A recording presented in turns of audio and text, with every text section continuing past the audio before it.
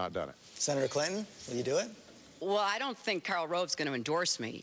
That becomes more and more obvious, but I find it interesting he's so obsessed with me. And I think the reason is because we know how to win. I mean, you know, I have been fighting against these people for longer than anybody else up here. I've taken them on, and we've beaten them. And I'm very excited about my campaign. I had 18 wonderful years in Arkansas. I'll be there tomorrow where the governor will be endorsing me.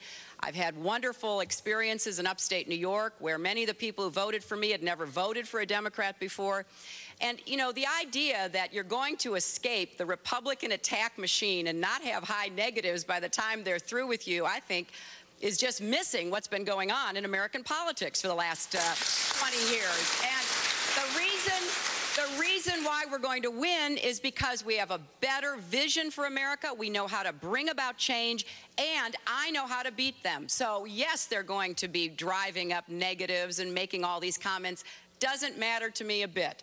What's important is what's happening in the lives of the American people, and the kind of change I'm interested in is how we help more Americans get to the American dream, and that means universal health care. That means new jobs for the middle class with rising incomes. It means what I have fought for more than 35 years, and I am proud of my campaign, and it's getting better every single day. Clinton, so I'm looking forward to going up against whoever the Republicans nominate. How about this point, though, that Senator Edwards raises? He says the fact that you're taking money from lobbyists symbolizes that you're part of the status quo, part of the failed politics of Washington. Well, George, I believe we have to change Washington. I've stood up against the special interests. I've taken them on.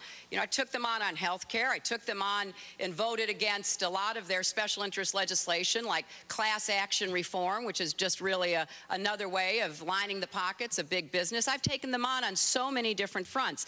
But there's this artificial distinction that people are trying to make. Don't take money from lobbyists, but take money from the people who employ and hire lobbyists and give them their marching orders. Those are the people that are really going to be pushing back. I think we can do a much better job if we say we've got to move toward public financing, get the money out of American politics, because it's the people who employ the lobbyists who are behind all the money in American politics. So I think what we need to do is go after a better agenda of reform. Back at you, Senator. She says the distinction is artificial. The distinction is not artificial. But first of all, Senator Clinton did a terrific job in the 1990s trying to do something about health care in this country. She deserves credit for that. But here's what I believe. The reason we don't have universal health care in America today is because of the insurance industry, the drug companies, and their lobbyists. It's that simple.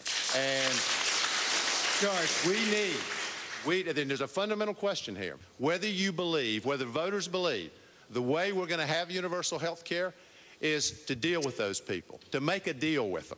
I don't think it'll work. I don't think we should be taking their money. I think we ought to make it absolutely clear that we're not going to take money from insurance company lobbyists or drug company lobbyists, these big corporate lobbies that actually killed the health care effort that was done in the 1990s. George, Senator Dodd, I want to ask you, let me finish this.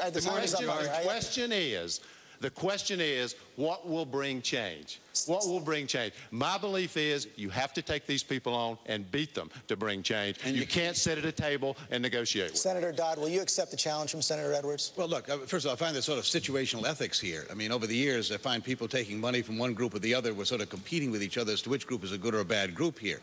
The fact of the matter is I've been supporting for years and years public financing of federal offices. That's what's needed in this country. We're never going to solve this problem unless we move in that direction here. And certainly it's not only the money you take, but what are you doing? How are you casting your votes? Where were you on bankruptcy? Where were you on dealing with the estate tax reform? Those critical questions that affect people in this country are very important considerations. But public financing is where we need to be. And let me point out as well, George, here, if I may, as well here. It's about getting this job done. We don't elect a king or a queen or a dictator in November. We elect a president. The margins are thin. No one political party is going to write all of this. It takes leadership that knows how to bring people together. It's what I've done for 26 years.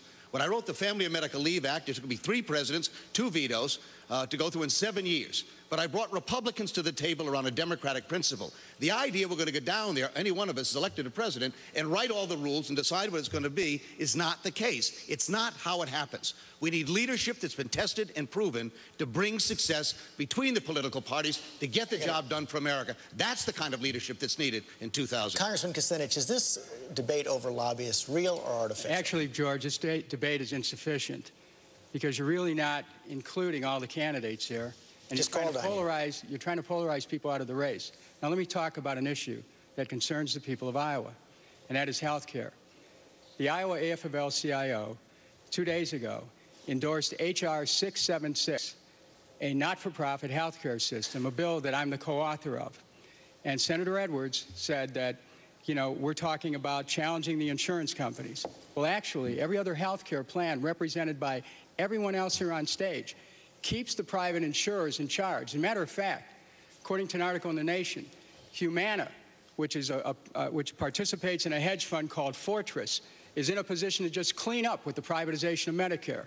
I'm the only one up here who challenges this system of premiums, co-pays, and deductibles. So let's give the American people a real choice, not a conditioned choice based on polls, but a choice that's based on their practical aspirations for health care, for their families, for a not-for-profit system. We have to break the hold which the insurance companies and the pharmaceutical companies have on health care.